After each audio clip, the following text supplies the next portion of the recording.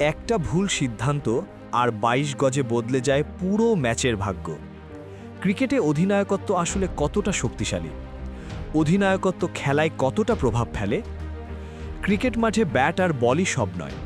অনেক সময় ম্যাচের ভাগ্য নির্ধারিত হয় একজন মানুষের সিদ্ধান্তে। তিনি হলেন দলের অধিনায়ক। একটি দলের কৌশল বাস্তবায়নের মূল দায়িত্ব থাকে অধিনায়কের ওপর। ফিল্ডিং সেটআপ, বোলিং রোটেশন এবং ম্যাচের গতি বুঝে তাৎক্ষণিক সিদ্ধান্ত, এই তিনটি বিষয়ই একজন অধিনায়ককে আলাদা করে তোলে। বিশেষ করে চাপের মুহূর্তে অধিনায়কের ভূমিকা সবচেয়ে গুরুত্বপূর্ণ।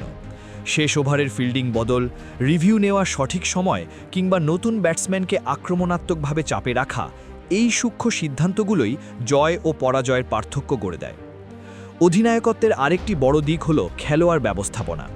কোন খেলোয়াড় মানসিকভাবে দুর্বল হয়ে পড়ছে, কাকে সাহস জোগাতে হবে, আবার কাকে দায়িত্ব দিয়ে ম্যাচের মোড় ঘোরানো সম্ভব, এই বোঝাপড়া কেবল অভিজ্ঞ অধিনায়কেরই থাকে।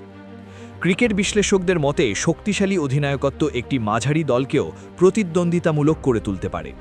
অন্যদিকে দুর্বল নেতৃত্ব থাকলে তারকা ভরা দলও গুরুত্বপূর্ণ ম্যাচে ভেঙে পড়তে বাধ্য।